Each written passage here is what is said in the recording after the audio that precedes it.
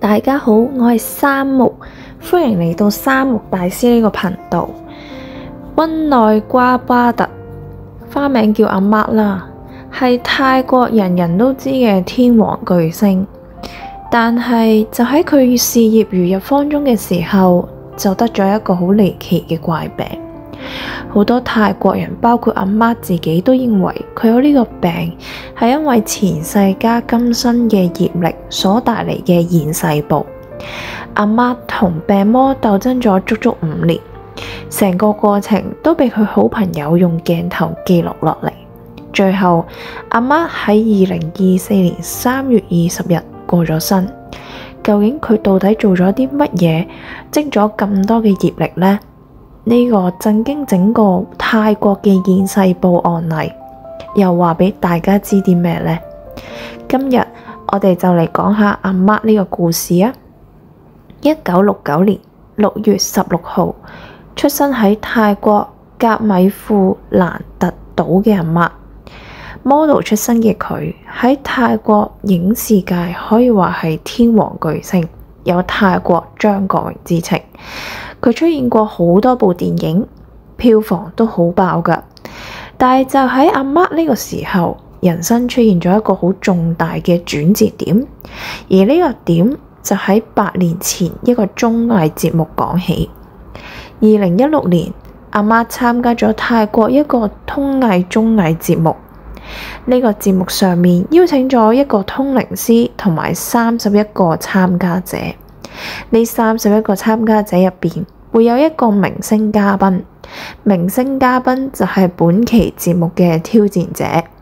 首先，通靈師會根據生辰八字去算每一個參加者嘅命運，去講出呢一個人今生會經歷嘅劫難。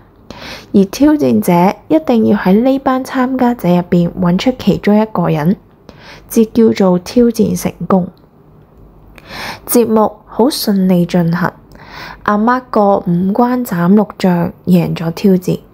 就喺節目就嚟尾聲嘅時候，阿媽就按照通靈師嘅要求揾出做口業嘅人。通靈師突然話唔使揾啦，嗰位仁兄就企喺呢度，指住阿媽。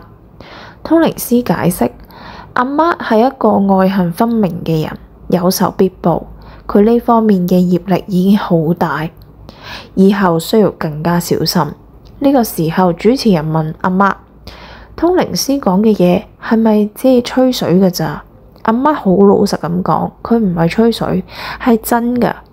佢話自己唔係一個無啦啦鬧人嘅人，但係如果一個人真係好衰，自己一定唔會放過佢，點都要呢一個人呢承受返個結果㗎。講完口業，通靈師又問咗佢一個問題：你有冇傷害過小動物啊？阿媽好驚訝，佢之前呢係由細到大嘅屋企都非常之窮，由佢5歲開始，佢就成日周圍要出去揾嘢食㗎喇。佢會幫佢爸爸媽媽去捉魚，每日呢都會一籮一籮魚攞返嚟，之後呢仲去埋森林嗰度打雀添啊！而且阿媽呢係特別驚蛇，所以呢，只要佢見到蛇就會用彈弓射殺佢哋。阿媽話佢細個唔懂事，殺咗好多小動物，自己都數唔到可以自己殺咗幾多小動物。到大咗之後，去咗一個地方嘅寺廟，有個高僧見到佢就話：你細個係咪殺咗好多小動物？你而家就周身酸痛。聽到呢個時候，阿媽通靈師就問阿媽：你而家覺得身體痛唔痛啊？阿媽話：我每日都好痛，有時係痛到瞓唔到覺啊，有時係痛到行唔到路，連去個廁所我都係爬過去㗎咋。通靈師話：你之所以夠周身酸痛，係因為我見到好多動物嘅怨靈都喺你身邊啊。佢再問阿媽：你呢個時候想同啲怨靈講咩啊？阿媽話：我好想佢哋寬恕我，我願意去做好多功德俾返佢哋。聽到呢個時候，大家可能會覺得節目效果嚟嘅啫，但係就喺呢個節目完咗之後，阿媽嘅身體就出現咗一個好大嘅問題。阿媽原本只係身體痛，點知有一日發現佢嘅手掌開始痕啊！見到咦，點解啲手掌開始有起水泡嘅呢？佢發覺佢啲皮膚開始有一塊一嚿一嚿嘅大水泡，流血流膿，跟住結焦，之後又繼續生水泡，不斷循環。阿媽睇咗好多醫生都揾唔到病因，最後佢去到一個泰國醫學院一個皮膚科權威嗰度睇醫生，就話阿媽係患上罕見皮膚病類天疱瘡，係一個免疫力系統異常導致㗎。至於點解會有呢個病，醫生就話唔知啦，發病原因都唔知。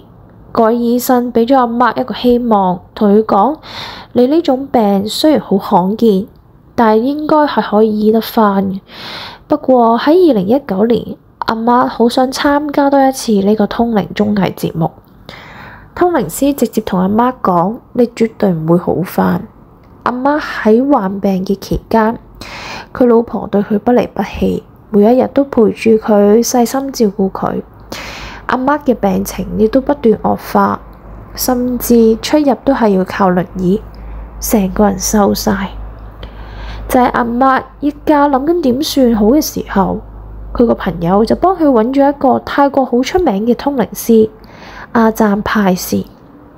阿贊喺泰國語嚟講係法師師傅嘅意思。呢位法師最大嘅本事就係宿命通，佢可以知道一個人嘅前世，亦都可以知道前世嘅某個人今生轉生成邊個。法師同阿媽講，阿媽前世係印度或者巴基斯坦人，係一個好有錢嘅大商人，佢同國王做好多生意㗎，所以好有權威。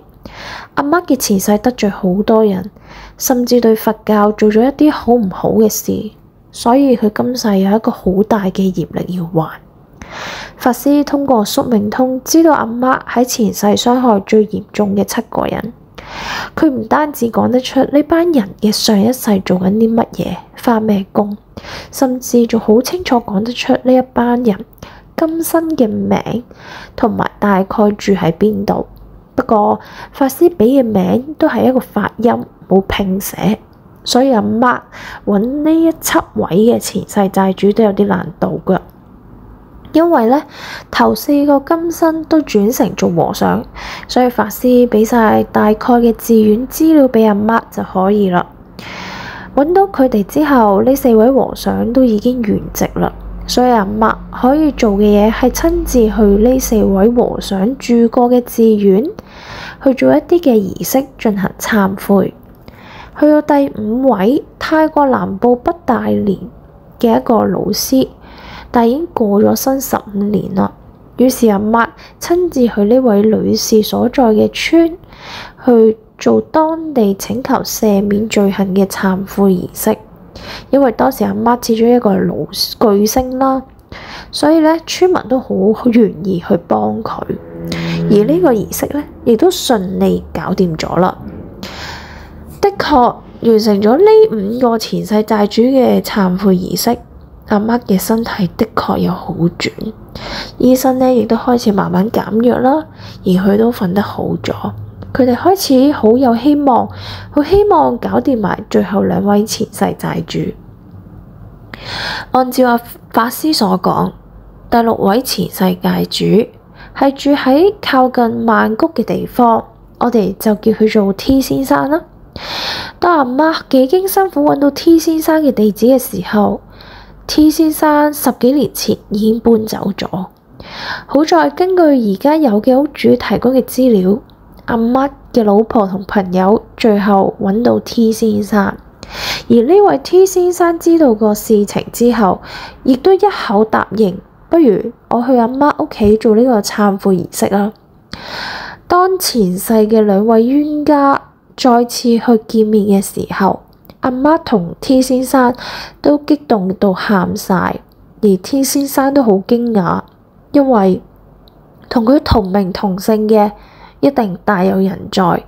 佢搬走咗已經15年，而地契上面都冇佢個名，估唔到最後都可以揾到佢。而最神奇嘅係，呢位 T 先生覺得佢今次過嚟係為咗做善事，覺得善有善報。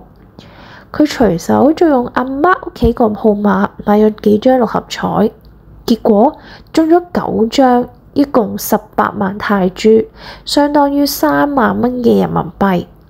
而就喺 T 先生接受咗阿媽嘅懺悔之後，佢又再次中大獎，係應驗咗善有善報。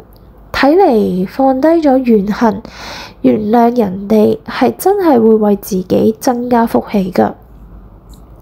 前6位搞掂晒啦，仲有1位，但係今次就冇咁順利。原來呢位債主今世係信穆斯林，完全唔相信輪迴轉世，更加覺得呢套阿媽哥嘅懺悔儀式係對佢一種侮辱，完全唔想接受。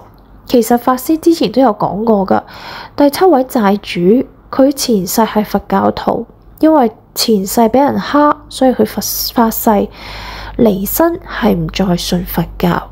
就喺呢個時候，阿媽嘅病情急速惡化，法師可以做嘅就請4位高僧幫阿媽進行祈福儀式。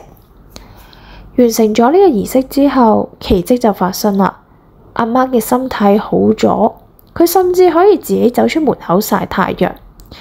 但係過咗2個月之後，阿媽因為長期營養不良、貧血，暈咗喺醫院，最後因為細菌感染離開咗人世。阿媽嘅靈魂死咗之後都有揾法師，法師話阿媽好似放低晒所有嘅嘢，佢今世盡晒全力去懺悔、去贖罪，所以佢嘅業力已經還清，唔會再跟落下一世噶啦。阿媽嘅故仔真係好曲折離奇。佢細個好窮，後生嘅時候飛黃騰達，中年就有怪病。相信唔同嘅人睇咗佢嘅故仔都有唔同嘅諗法感觸。正如佛經所講，萬般帶不走，唯有業隨身。人生在世，只有多行善積德，廣善善緣，至可以畀到自己一個美好嘅未來。